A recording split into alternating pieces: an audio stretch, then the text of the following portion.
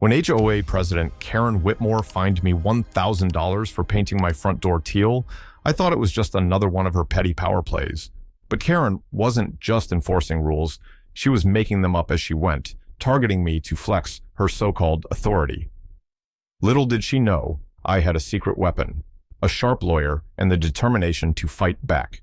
You won't believe how this battle ended with Karen's clipboard reign crumbling and justice finally being served. It all started on a crisp Tuesday morning. The sun was shining, birds were chirping, and my coffee was still warm when I grabbed the mail. There it was, a plain white envelope with the HOA logo stamped on the front. Harmless enough, right? Wrong. Inside, in big, bold letters, was a bright red violation notice, practically screaming at me like an alarm. I could already feel my blood pressure rising. Karen Whitmore, the self-appointed queen of the HOA, was behind this. Karen wasn't just a person. She was an institution of pettiness. A woman with a clipboard and a mission to micromanage every inch of our neighborhood. If dictatorships had mascots, Karen would have been the poster child. And now, she had her sights set on me. The reason? My front door. Specifically, the tasteful shade of teal I'd painted it over the weekend. The crime? Not submitting an approval request for a change that, as far as I could tell, didn't need approval. Apparently, my door was now a public menace, a visual disturbance, as Karen would later call it. The fine? A jaw-dropping $1,000. $1,000. For a paint job that had cost me about $50 on a lazy Saturday afternoon. My first reaction was a mix of confusion and disbelief. I flipped through the HOA guidelines, expecting to find some ironclad rule I had missed. Spoiler alert, there was nothing. Not a single word about door colors or mandatory approval forms. Then came the rage, simmering at first, like a pot of water just beginning to boil. By the time I got to the last line of the notice, failure to comply will result in further action, I was at a full, rolling boil. I didn't even bother putting on proper shoes. Still in my slippers, I marched straight to Karen's house. She lived 3 doors down, in a house so pristine it looked like it had been dipped in bleach. Her car, parked in the driveway, gleamed like it had been waxed that morning.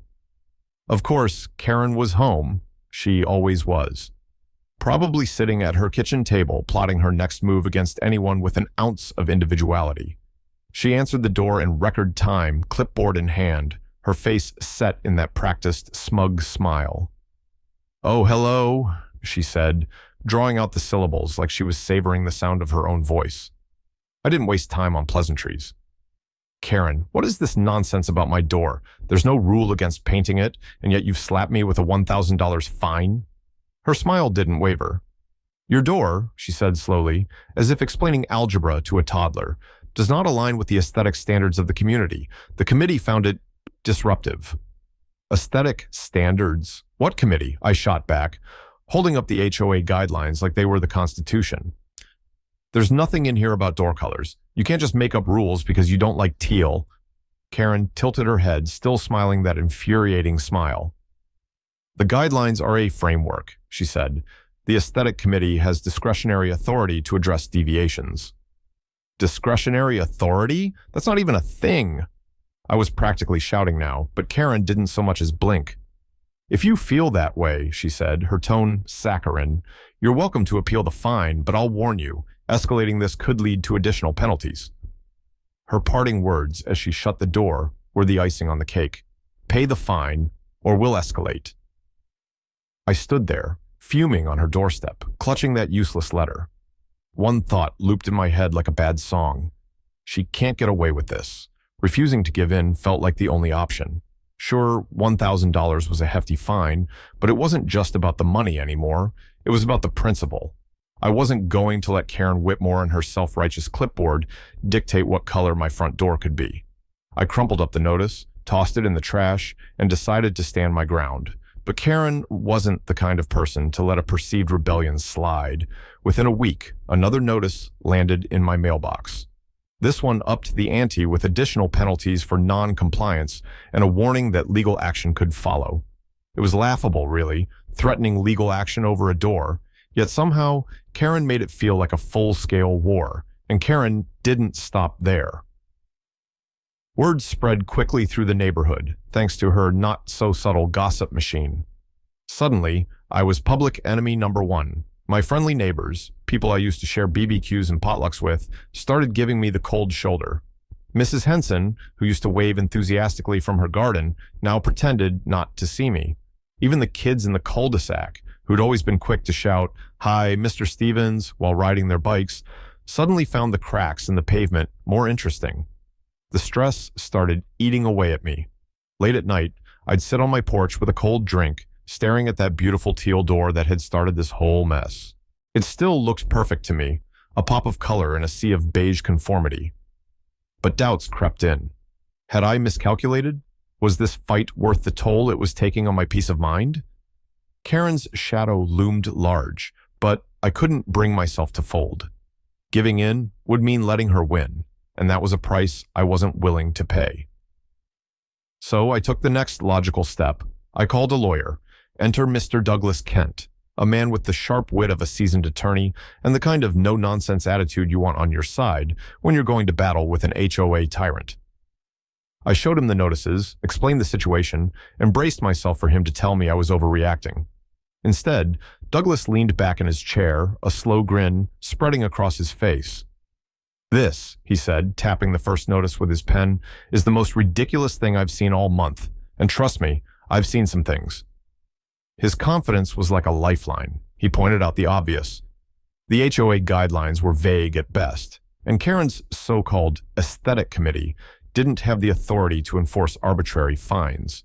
"We'll fight fire with fire," he said, laying out a plan that involved filing a formal complaint, requesting a review of HOA practices, and, if necessary, taking Karen and her clipboard to court.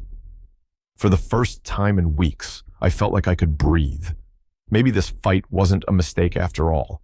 Maybe Karen had finally met her match. Douglas wasted no time filing a formal complaint against the HOA.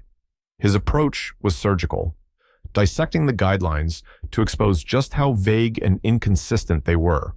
He didn't stop there. His complaint cited misuse of authority, noting how Karen's so-called aesthetic committee seemed to consist of herself and her inflated ego.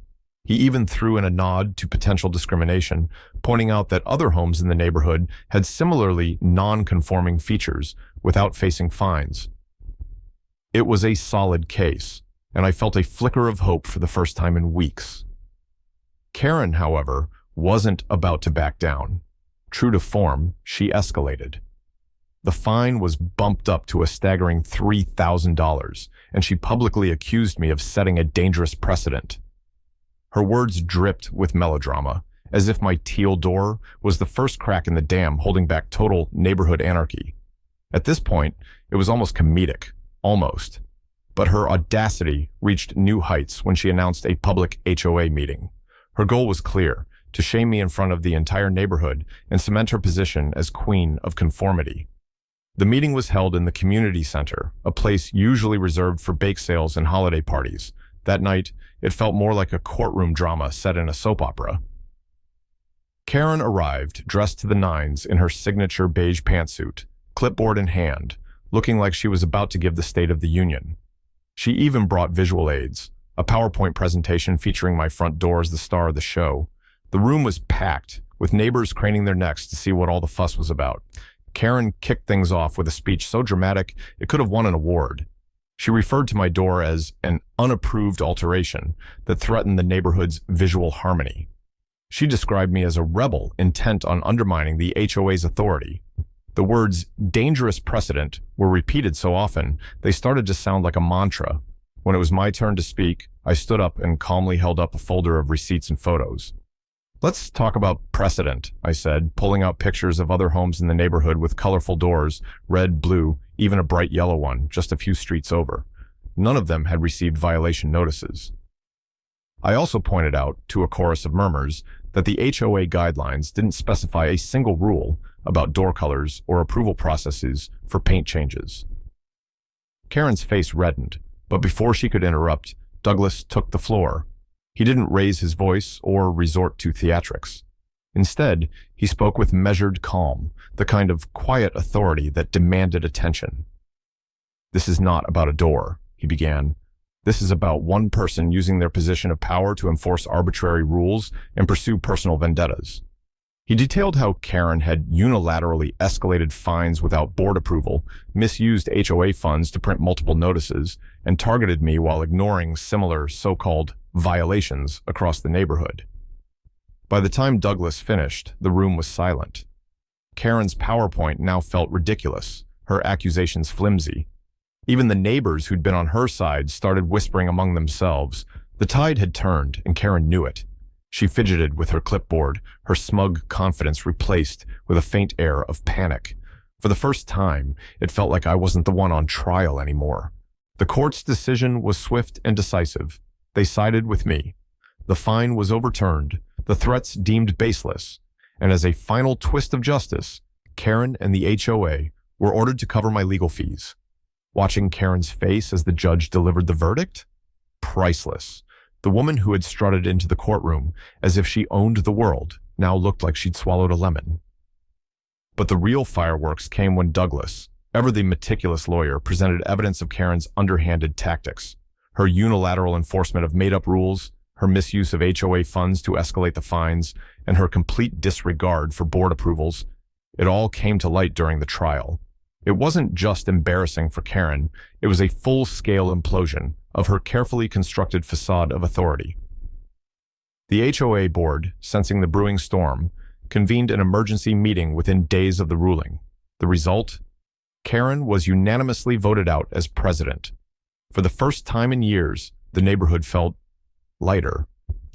The grip of Karen's clipboard dictatorship had been broken, and people were starting to realize just how much they had put up with under her reign. Neighbors who had avoided me for weeks began showing up at my door. Ironically, the very door that had sparked the conflict. Some came to apologize, others to thank me for standing up to Karen. "Good for you," Mrs. Henson said one afternoon, handing me a plate of cookies. "We've needed someone to put her in her place for years." Even the kids, who had once avoided my yard like it was cursed, were back to riding their bikes past my house, shouting compliments about my cool door. Over time, my teal door became more than just a personal statement. It became a quiet symbol of resistance. Neighbors started jokingly calling it the door that won, and honestly, they weren't wrong. Every time I stepped outside, it felt like a reminder that one person really could make a difference, even against a system designed to silence dissent. The final victory, though, was purely mine. With the HOA circus finally behind me, I decided to add a bold teal accent to my front porch, just enough to tie it together with the door. As I applied the last coat of paint, the satisfaction was almost overwhelming. Karen had been silenced, her clipboard retired, her beige pantsuit out of power. But the message? Oh, the message was loud and clear. Don't mess with the teal door warrior. I leaned back, admiring my handiwork, and smiled. Let them try to find me now.